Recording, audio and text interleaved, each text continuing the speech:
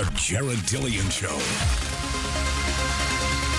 I'm Jared Dillian. This is the Jared Dillian Show. If you want to call to talk about your money, please call 844-305-7800. That's 844-305-7800. This is the Jared Dillian Show. Back from vacation. I had a good break, I guess. I really needed some time off. And I took Saturday, Sunday, Monday, Tuesday. By Wednesday, I was getting a little bored. Then we had Thanksgiving, and then it was too much time. I like to work. What can I say? I like to work. I like to do stuff. I like to be busy. And Friday, Saturday, Sunday was like, I just could not wait to get back to work. I can't take a week off ever again. Plus, it makes me slow. And when I say slow, I mean intellectually slow. Also, I hurt my knee. I got an electric scooter for Christmas, and the electric scooter is awesome. It's really a lot of fun. I rode it about 10 miles, and then I ran out of gas. I ran out of juice, and I had to sort of push it like a skateboard the rest of the way home. And then my knee swelled up, and then it was popping and snapping when I walked. Now, I had knee surgery 8 years ago. I had ACL reconstruction, and I was very concerned. And it didn't get better for a while, and I thought I was going to have to get surgery again, and it seems to be getting better. So that's my break. The scooter is cool, though, but I can't ride it until I get better. I saw something interesting on Facebook over the break. Somebody put a quote, and the quote is, "How to handle your money. No matter how old you are, assume that the job you have is the last job you will ever have, and it could end at any moment." Let me say that again. No matter how old you are, assume that the job that you have is the last job you will ever have, and then it could end at any moment. So I thought about that. And I have a couple of jobs. I write newsletters and I go on the radio, and what would happen if this is the last job that I ever had? And this kind of hits home with me because, as I've said on the show, I'm buying a piece of land and I'm building a house on it. The land is under contract. We're going to close on it in about a month, and we're going to build a house on that land. And the house is going to be the Taj Mahal. It's going to be a massive house. And it's going to be awesome. It's going to be a super expensive house. So this is one of these situations in personal finance land. You kind of have to ask yourself, I have a good job and I'm making money, but is this sustainable? What if something happens? Just say, for example, what if the government regulates financial newsletters or bans them? Unlikely to happen, but it's possible. That's my livelihood. What would I do? There's a whole bunch of things that could happen. I could lose my eyesight and not be able to type, or I could lose the use of my hands. These are all things that could happen. So the question is, really, how much financial risk do you want to put yourself in a situation like this? And I got to say, this house is not the best financial decision I've ever made in my life. It's going to make me very concentrated in real estate. I'm going to have a lot of my assets tied up in one structure. Now, having said that, I've done this once before. And the house that I'm currently in, which is a great house, when I bought the house, it was a little bit of a stretch. This was in 2015. And it was a little bit of a stretch at the time, but my income went up and I grew into the house and I very quickly paid off the mortgage. So, I am good at my job and I expect that my business is going to continue to grow. So this house that I'm going to build, I expect to grow into this house as well, but still, you can't operate on faith. Right? But when I look at it under this framework that this is the last job that I will ever have and it could end at any moment, what happens if I get halfway through the construction of the house and I lose my income? Holy crap. That would be terrible. Now, I have enough money saved up that I could finish building the house and I would be fine and I would own the house free and clear. There's no danger of bankruptcy, but we would basically just have the house and not a lot left over, which is not a position that I want to be in. The good news is that we own the land and there is no hurry to build, so I can continue to do my thing and save up money over the next year or two. and we can get moving on other stuff. Basically, we're going to be spending all of 2021 drawing up plans for the house and saving money. Now, I know I talk about this all the time, but I'm going to talk about it again.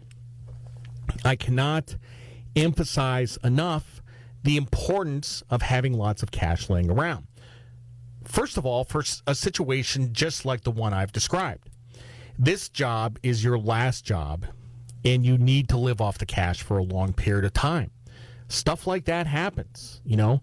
But for this piece of land that I am buying, this is the whole purpose of having cash laying around. I've saved up a ton of cash over 2020, and that's what it's going towards. And even if we don't build on the land in itself is an investment.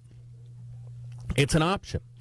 And I am by no means a land speculator, and I don't really have an opinion on the price of land around here. But just if you look at the demographics of the Myrtle Beach area and the amount of people that are moving here on a daily basis, you have to imagine that real estate values are probably going to go up.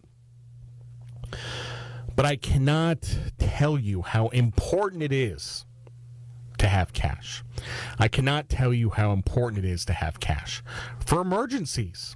You know, the thing that I hit on all the time, because I'm an animal lover, is that there are 3 million pets that are euthanized every year for economic reasons because people don't have the money to pay for medical treatments.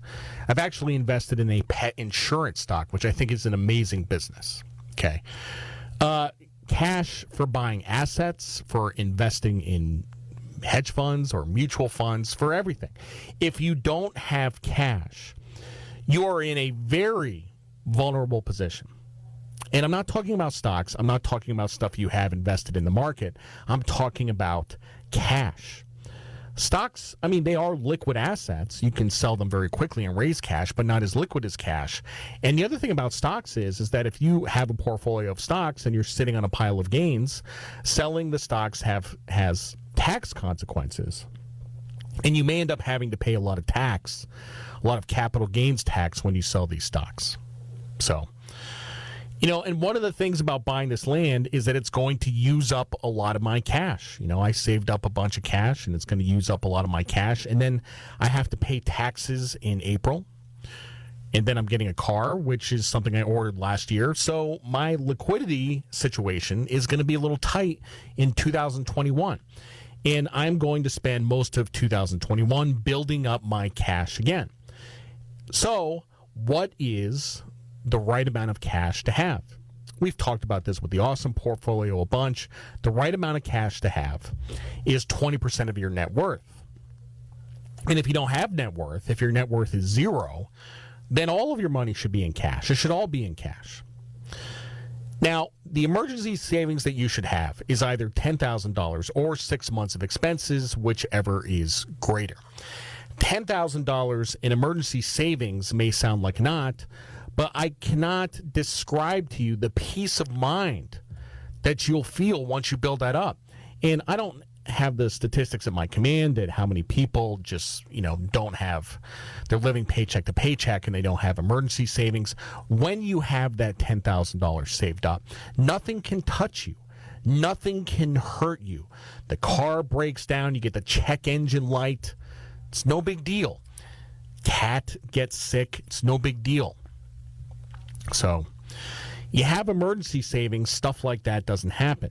You know, speaking of the cats, one of my cats, my smallest cat, Uma has had a history of pancreatitis and she started to lose weight. So I brought Uma to the vet over the break, and $485 for the cat. And this was pretty routine. The lab work cost $250. I spent about $100 on medicine, $60 for the exam, $485 for the cat. And I'm probably going to have to do this 10 more times throughout her life. You have cash, stuff like that is no big deal. Uma is already doing better. Thanks for asking. She's putting weight back on and she's feeling good. Again, how to handle your money. No matter how old you are, assume that the job that you have is the last job you will ever have.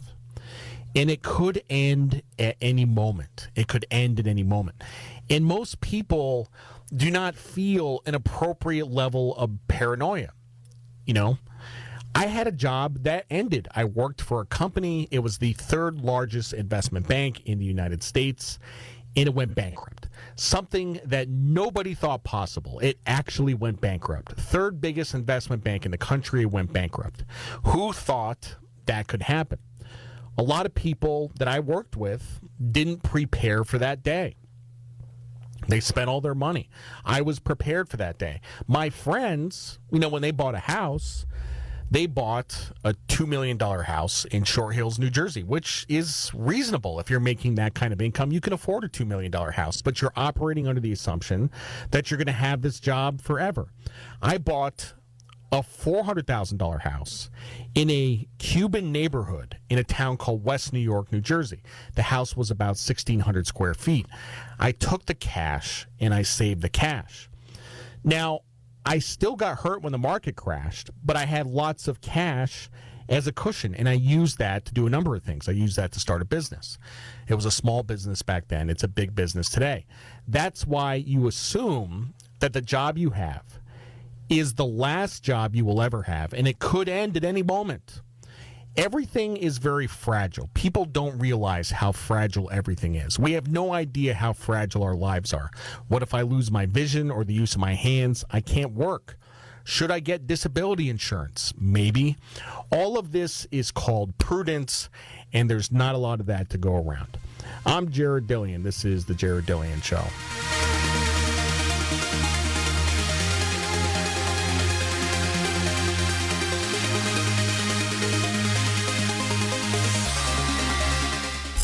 The Jared Dillian Show.